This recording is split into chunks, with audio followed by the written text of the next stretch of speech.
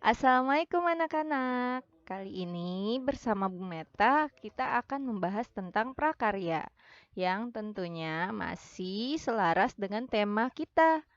Coba masih ingat nggak tema kelas 7 semester 1? Apa? Iya, eco farming atau pertanian organik.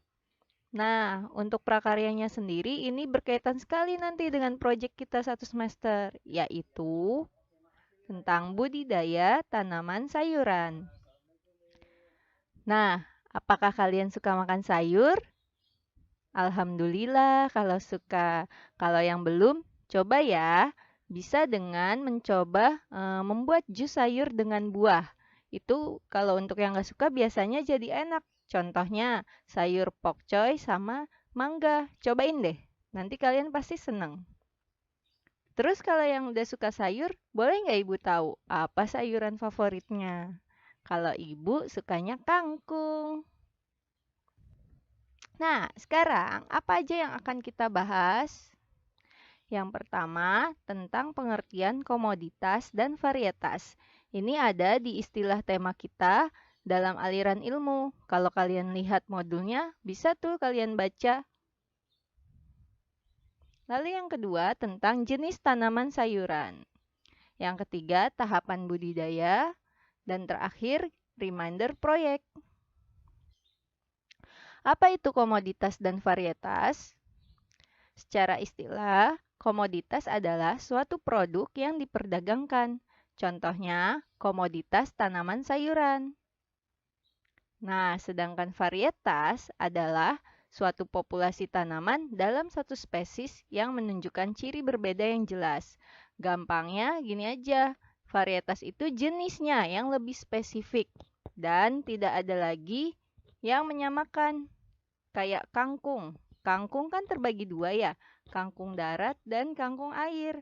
Nah, varietas kangkung darat sendiri ada banyak. Di antaranya, di sini Ibu contohkan dua varietas, yaitu varietas kangkung darat Sutra dan varietas kangkung darat Bangkok.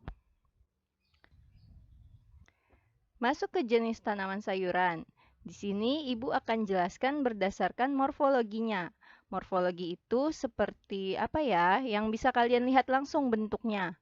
Nah, ini berdasarkan morfologi yang dimanfaatkan untuk bahan pangan, atau lebih mudahnya, berdasarkan bagian mana yang kita makan. Yang pertama, ada sayuran daun. Contohnya ada pokcoy, kangkung, sawi, kol, dan lain-lain. Lalu ada sayuran tangkai. Contohnya seledri, asparagus, rebung, dan lainnya. Nah, di gambar ini Ibu kasih contoh dua. Yang sebelah kiri warna hijau di dalam piring itu adalah asparagus. Yang sebelah kanan dan agak keputihan itu namanya rebung atau bambu muda. Pernah nggak makan sayur rebung? Biasanya digulai. Lalu ada sayuran bunga. Nah, ini berarti yang diambil adalah bunganya. Contohnya brokoli. Itu yang gambarnya sebelah kanan warna hijau. Lalu ada bunga turi dan bunga pisang yang gambarnya Ibu taruh di sebelah kiri. Umumnya kita kenal sebagai jantung pisang. Itu juga bisa untuk disayur. Biasanya ditumis. Lalu ada sayuran umbi. Berarti kalau umbi ini adalah bagian yang mengalami pembengkakan. Dan itu ada banyak macamnya. Contohnya ada umbi akar. Berarti akarnya yang membengkak. Nah, itu contohnya adalah wortel. Lalu umbi batang. Berarti batangnya yang membengkak, yaitu kentang. Dan umbi lapis, yaitu semua jenis bawang, baik bawang merah, bawang putih, ataupun bawang bombay. Lalu yang kelima, ada sayuran buah. Nah, ini yang biasanya suka dijadikan perdebatan atau teka-teki. Pernah dengar nggak kayak gini? Bu, cabai atau tomat itu termasuk sayur atau buah? Nah, kalau dulu sih ibu jawabnya suka bilangnya buah karena ada bijinya. Tapi ternyata ada literatur yang mengatakan ini adalah sayuran buah karena dia termasuk ke dalam jenis sayur tapi yang diambil bagian buahnya saja. Jadi seperti itu ya. Lalu ada juga sayuran biji, berarti yang dijadikan bahan pangan atau dimakan adalah bijinya. Contohnya buncis, kedelai, dan kacang panjang. Dan terakhir ada sayuran jamur. Nah, di gambar itu yang di bawah sebelah kiri warna putih adalah jamur kancing. Sedangkan sebelah kanan itu mirip dengan gambar apa? Ada yang tahu nggak? Ya, mirip dengan telinga atau kuping, makanya disebut jamur kuping. Biasanya ada di dalam tekwan atau di dalam steamboat. Pernah makan kan? Sekarang kita lanjut ke tahapan budidaya tanaman sayuran. Di sini ada 6 tahapan. Dan Ibu contohkan di sini adalah dari kangkung. Yang pertama, kita harus melakukan pembibitan. Kalau di sekolah, dulu kita ada bibitnya. Kita punya bibit kangkung berupa biji. Tapi karena sekarang kalian menanamnya di rumah, maka yang Ibu kasih lihat gambarnya adalah gambar batang beserta akar hasil limbah kangkungnya. Biasanya kalau di rumah, misalnya ayah atau bunda masak kangkung, biasanya kan dipotong tuh bagian bawahnya lalu dibuang. Nah, kali ini jangan dibuang, tapi kalian kumpulkan. Itu untuk jadi bibit ya tanaman kangkung nanti. Jadi, semenjak ini pokoknya dikumpulin ya batang-batang kangkungnya. Semakin banyak berarti semakin banyak pula hasilnya nanti. Lalu yang kedua, pengolahan tanah atau persiapan media tanam.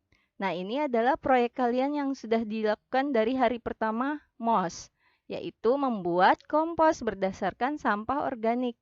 Seperti gambar yang Ibu berikan di slide ini, lihat itu, hanya ditaruh gitu aja nggak apa-apa. Yang penting di atas tanah, biar mengalami pembusukan. Nanti kalau udah siap tanahnya sama sampah-sampah itunya kita ambil, kita apa ya? Kita satukan di dalam polybag boleh. Kita mulai ke langkah selanjutnya yaitu penanaman. Kalau ini gambarnya polybag, tapi sebenarnya media tanam itu banyak. Bisa pot plastik, pot tanah, atau botol bekas, atau di tanah itu sendiri. Itu pun kalau yang berupa tanah. Ada juga cara yang menggunakan air, yaitu hidroponik. Tapi kali ini Ibu hanya akan mengajarkan yang memakai tanah saja. Kalaupun kalian nggak punya tanah yang murni, itu bisa pakai serbuk-serbuk sekam atau serbuk bata merah gitu. Dicampur-campur. Jadi walaupun tanah sedikit, tapi bisa dicampur dengan yang lain. Yang utama adalah sampah organiknya tadi ya, tetap dimasukkan sebagai pupuk organik. Lanjut ke langkah keempat, ini yang sangat menentukan hasil kalian nanti dan juga proses yang paling membutuhkan kesabaran dan ketelatenan, yaitu pemeliharaan. Mulai dari penyiraman, pemberian pupuk, juga penyiangan. Penyiangan itu kayak kalau ada yang kuning daunnya, berarti dicabutin, jangan didiamkan saja. Atau kalau ada hama, misalnya ada ulat, dipindahkan, jangan didiamkan, nanti daun-daunnya habis kemakan. Lalu ini adalah fase yang paling kalian nantikan biasanya, yaitu saat panen. Nah, setelah panen ada langkah pasca panen. Ini langkah di mana kalian menindaklanjuti hasil panennya mau diapain. Bisa dijual dalam bentuk kangkung begitu aja, tapi tentu harganya lebih murah. Atau bisa diolah dulu menjadi makanan baru kalian jual. Nah, sekarang tentang our project. Proyek satu semester kita yaitu menanam cabai dan kangkung. Nanti kalian akan dibagikan jurnal observasi atau mungkin kalian sudah memegangnya ya. Di sini Ibu buat menjadi 8 pekan. Kemungkinan sebenarnya untuk cabai dan kangkung itu hanya berlangsung 30 sampai 40 hari. Lalu sudah siap panen. Tapi kan namanya baru mencoba, biasanya suka ada kendala. Ada yang misalnya di pekan satunya nggak tumbuh gitu. Berarti dicoba lagi di pekan 2. Yang penting semua tercatat. Contohnya, di pekan pertama tanggal berapa, terus kalian melakukan apa? Misalnya menanam. Nah, pas nanam cabai, berapa jumlah biji yang dimasukkan di dalam tiap lubang. Kalau untuk cabai, sebaiknya diberi jarak karena cabai pohonnya nanti akan tinggi dan batangnya juga cukup keras gitu. Jadi jangan deket-deket.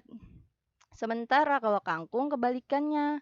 Kalau bisa batangnya dideket-deketin aja. Jadi nanti ketika panen langsung tinggal potong atau tinggal tarik gitu. Lalu ditulis juga catatannya, apakah ada kendala atau hambatan, atau bagaimana perasaan kalian saat menanam atau selama sepekan itu melihat tanaman kalian. Mungkin ada yang gagal gitu, itu nggak apa-apa, ditulis aja.